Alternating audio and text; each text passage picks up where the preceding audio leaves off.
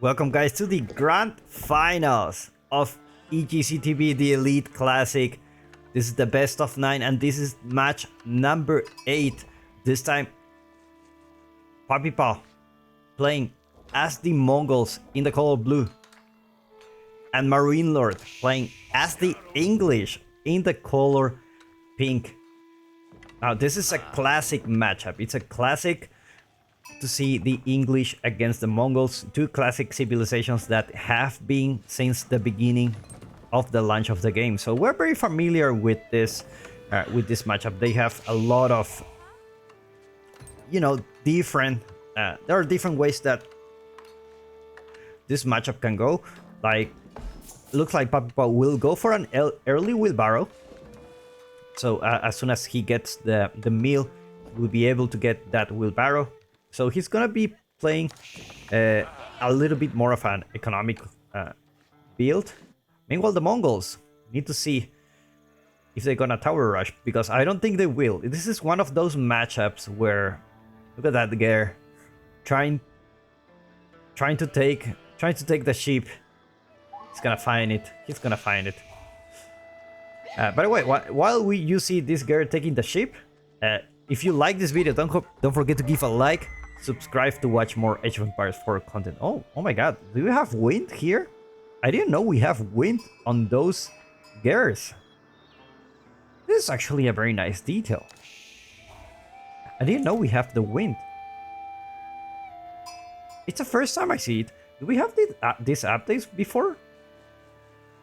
Did we have that? Like the gear?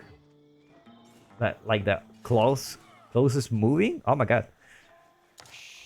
And we see actually MarineLord going up with one farm and a meal. So it's actually gonna be having a great time with that wheelbarrow. Having 4 villagers on gold just to, catch up with the gold he spent on the wheelbarrow. And he's gonna delay his age up by a bit, so most likely he won't be like the aggressor like 100%. Meanwhile, 1Puppypaw going for the trade. It's gonna be the silver tree. So most likely, I mean, you don't have much options with the Mongol. You either trade, because 2 town centers feels like a little bit weak compared to the trade of the Mongols. And the problem with this map, Gorge, is that I know you're very familiar with this map. It's been on the map pool for months. And it's very hard to trade here. The trade posts are in the middle. And, the traders will just walk in the middle of your base. And it's just so hard to defend. So it's a very tricky situation for the Mongols. Let's see how 1Puppypaw handles this.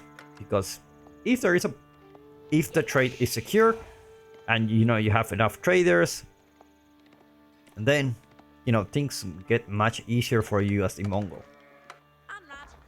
Now, another thing you need to consider when playing against the English is the early aggression. Like, you have access to Keshiks, which is great. It's a great unit against the English. The problem is if you're able to mass out enough units at the beginning. I mean, you have the Uvu. The Uvu is really exposed here, so you gotta protect that Uvu, because a lot of your manpower will come from that double production. Looks like this villager is going to build probably a stable. We will see. We will see. Yeah, it is a stable, so it's gonna be Keshiks for now. And that's basically the initial response you have against the English, just because the English have the Lombos, and the Lombos, get countered by those Keshiks. So, and then, I mean, the English, they already know they're gonna go for Spearman and Lombos, so no surprise here. But it's like the scout blocking the silver tree from actually deploying. It's like 1Puppypaw will revenge a life for another here. It's gonna be actually gathering that ship. looks like Puppypaw. And he didn't manage to deploy. Oh my god, this is so frustrating. So frustrating. The other match I was talking about how MarineLord is like the bully here in the game where he just comes here and finds ways to, you know, push your deer to like very annoying places, and now he just stops you from deploying your landmark. A couple of Keshiks will deal with this bully here. Barracks going out for MarineLord. I'm sure he doesn't want to throw up those archers before having those spearmen out. Otherwise, just gonna be they're just gonna die instantly, right? And then that's one of the mistakes sometimes players that play the English do, is that they go with the lombos because, okay, I have this really great timing where I have the lombos first, and when they're halfway there, the opponent ages up, and now they have horsemen, and then you need to go back to your base, otherwise you lose the lombos, and most likely you lose the lombos on the way because the horsemen are faster. So you really need that extra spearman in your composition here. Otherwise, it's just gonna be really annoying for you.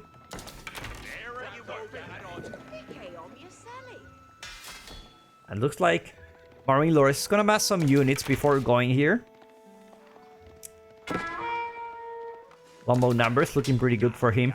Now he doesn't really need to go out in the map to gather those deer and other food resources like any other ship, just because his farms are better. They just have extra gathering rate, so they're cheaper. It's just very nice. Let's take a look at the income per minute, and let's take a look at Puppypaw's base. What's up to? Starting to put the archery range here. No double production for him. Looks like he managed to make the double production for the traders. I'm not exactly sure what that stone went away from. Was it the Keshiks? I don't think so. I don't think it was the Keshiks. You only have 2 Keshiks here. Maybe one, like a pair, but I'm sure he had more stone than that. Or probably just archers. You know, he already have 14 archers. Probably he used the stone there. And the bully, again here. Archers just gonna deal with that bully. Nice, take down the bully. And the silver tree is already deployed. But MarineLord already knows where the silver tree is. And now he can push. And now this is a very easy way, easy place to push. Like, you can start with the uvu. It's like, okay guys, let's start here. Like, progress over perfection. Let's just take down this uvu. Let's make sure the opponent doesn't have double production going into his base. He actually have a very safe uvu in the back of his base if he decides to change it. But for the meantime, this will work. Like, this is 100 stone a minute. That's like 2 villagers and a half, more or less, or 2 villagers something. Well, more archers coming for Puppypaw.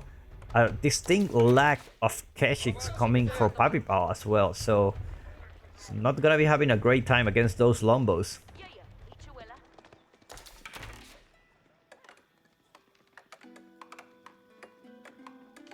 More archers for Puppypaw.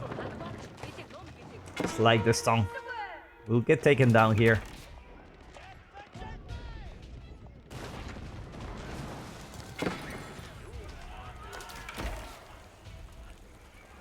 It's like it's gonna be archer only composition for Puppypaw.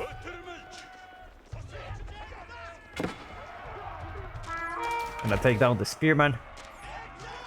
Start. Take down all those spearmen here.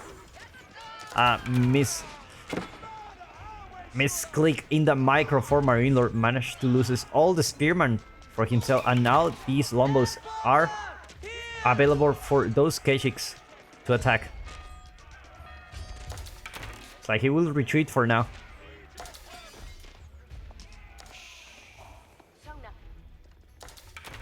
Trader, gonna be trading here. to the east side of the map. MarineLord's gonna start mixing some man-at-arms, actually.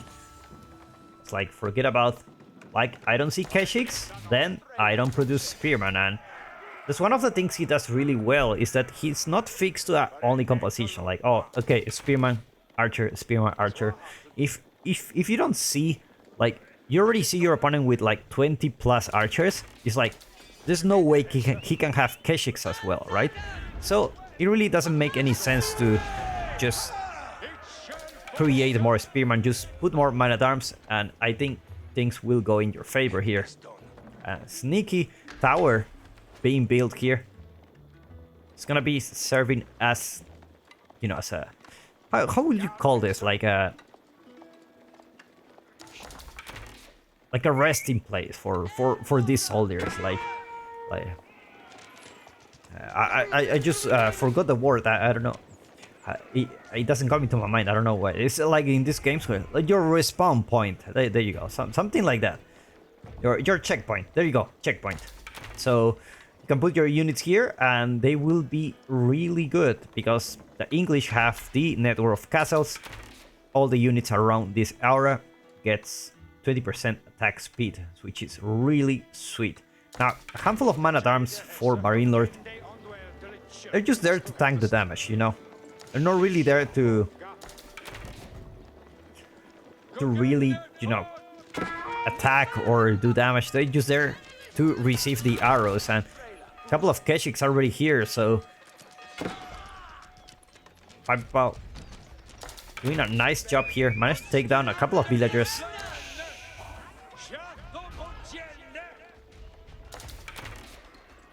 More man-at-arms coming for 1Puppypaw. It's like, I don't need Spearman. And look at that, even those villagers, like,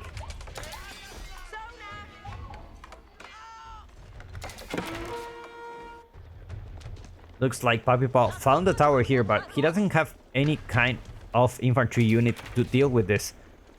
So he will just have to let it leave. MarineLord already here, so he knows he's trading here. He's putting another tower just to deny the trade. At the same time, Keshik just trying to sneak in. Looks like MarineLord is just gonna go for farms. It's like, forget about the deer.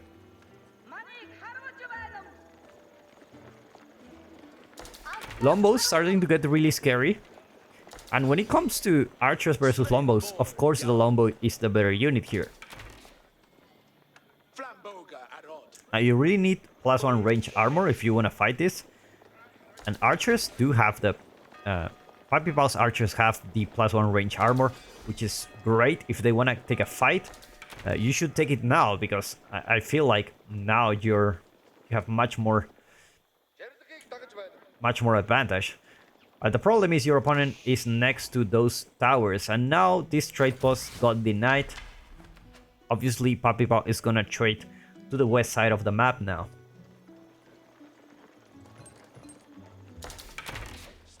MarineLord retreating with his army. He's not interested in going into the castle age. Still just a handful of villagers just to get those man-at-arms, those Lombos. Keep pumping units. Small wall here, just in case they decide to raid. Now the Lombos are here. And now you think this is the final form, but it's not. Actually, 46 archers against 42 Lombos. Let's see how this works for him. The man-at-arms working as expected. They are tanking all the damage here. But obviously the Lombos are slower. They have 1.12 tiles per second. So they are much slower. 1Puppypaw will be able to kite those. And MarineLord finds the jackpot here. The deer spot. Man-at-arms going to torch there. Never mind, they're gonna be the meatball. Keshiks gonna be there attacking the Lombos, but Lombo numbers are looking really good for MarineLord, already having 42 PuppyPaw decreased his army value. Now he's on 30 archers. And those man-at-arms really paid off for him.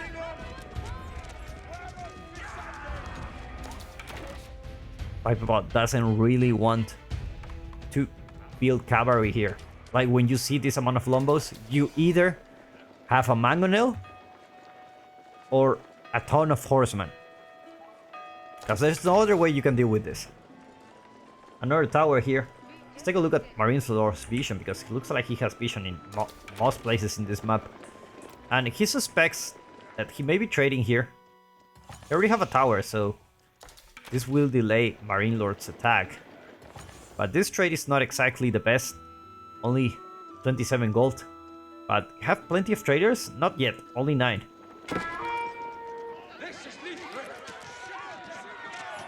Looks like Lombos will fight under the aura of network of castles.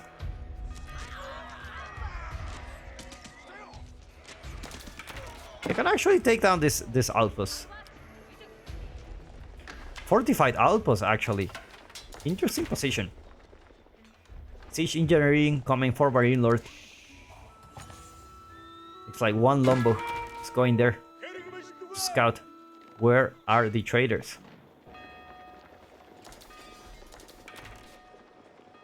Battering ram being built here.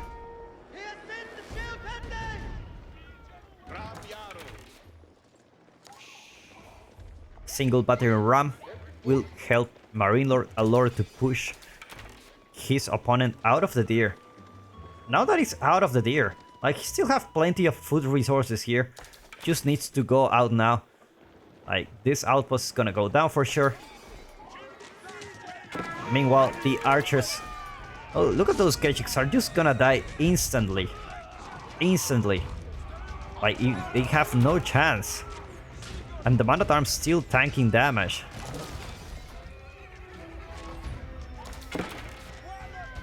And MarineLord's numbers increasing. 48 Lombos already. Meanwhile, PuppyPaw only 16 archers. I don't think he's gonna get away with this one. He's losing all his mass. And now the English is just gonna go and get you. Like, look how many Lombos you have. And PuppyPaw taps out. MarineLord, it's the winner of the Elite Classic from EGC TV. Well played by these two players.